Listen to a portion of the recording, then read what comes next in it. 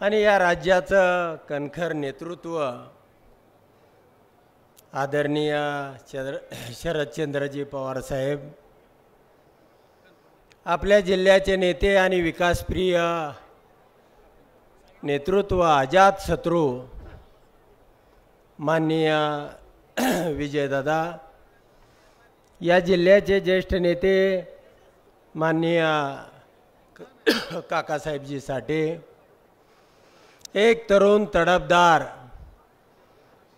आणि तुम्हाला हवासा वाटणारा असा उमेदवार माननीय दरेशील भैया मोहिते पाटील,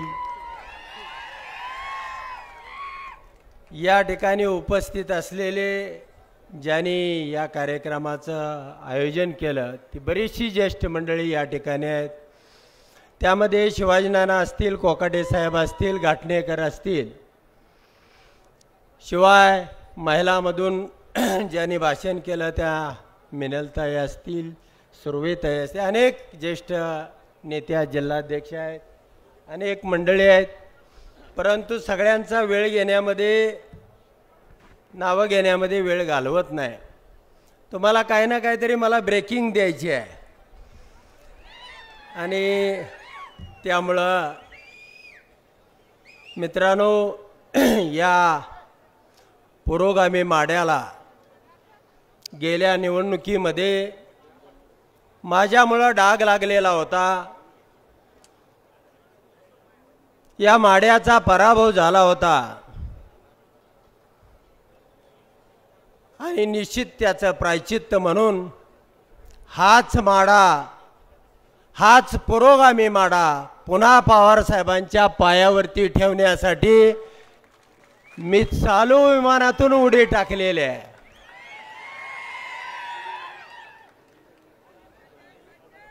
मित्रांनो, निश्चितपणानं ती गेल्या वेळेला झालेली चूक, आम्ही असो, मोहिते पाटील असो, ही निश्चितपणानं भावनेच्या भरामध्ये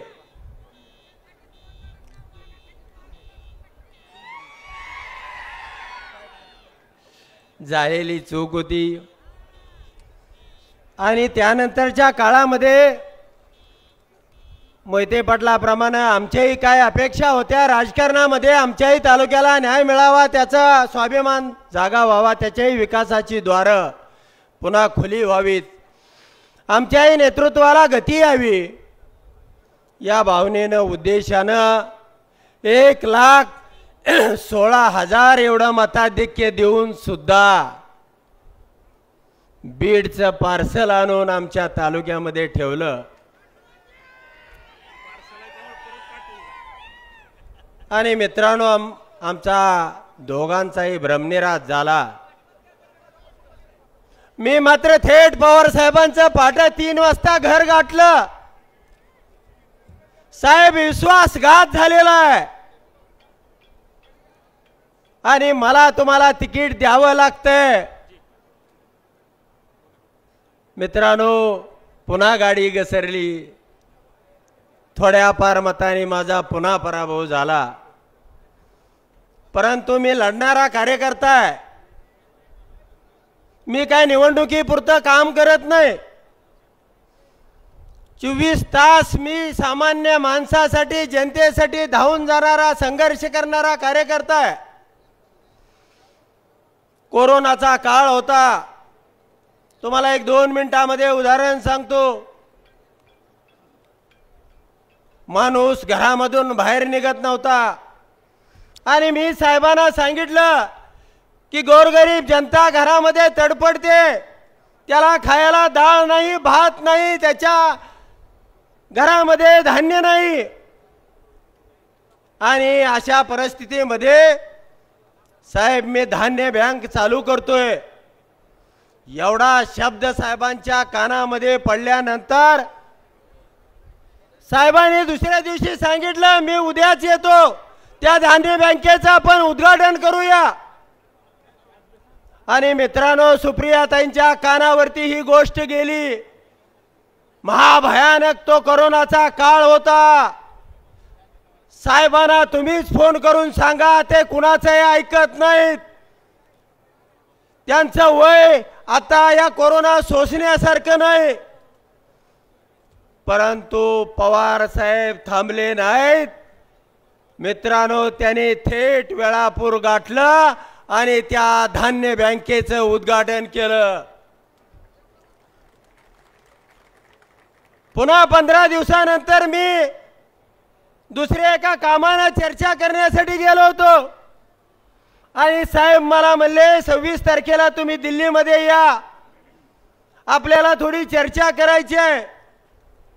साहेबांना मी सांगितलं 26 तारखेला माझ्या मुलाचं साहेब लग्न आहे.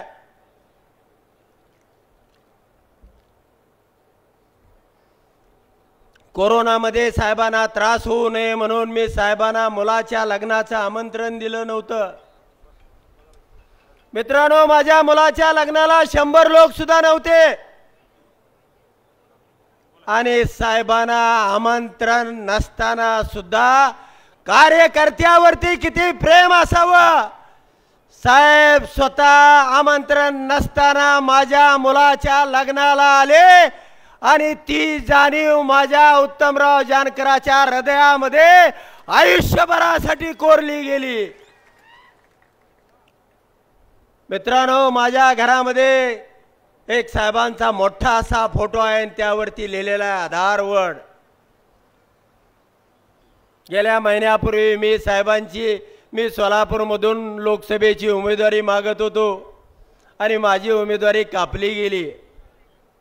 माझी उमेदवारी कापली गेल्यानंतर 2 काळूबाळू आले आणि म्हणले तुमच्या घरातला साहेबांचा फोटो काढला नाही त्यामुळे तुमची उमेदवारी कापली गेली.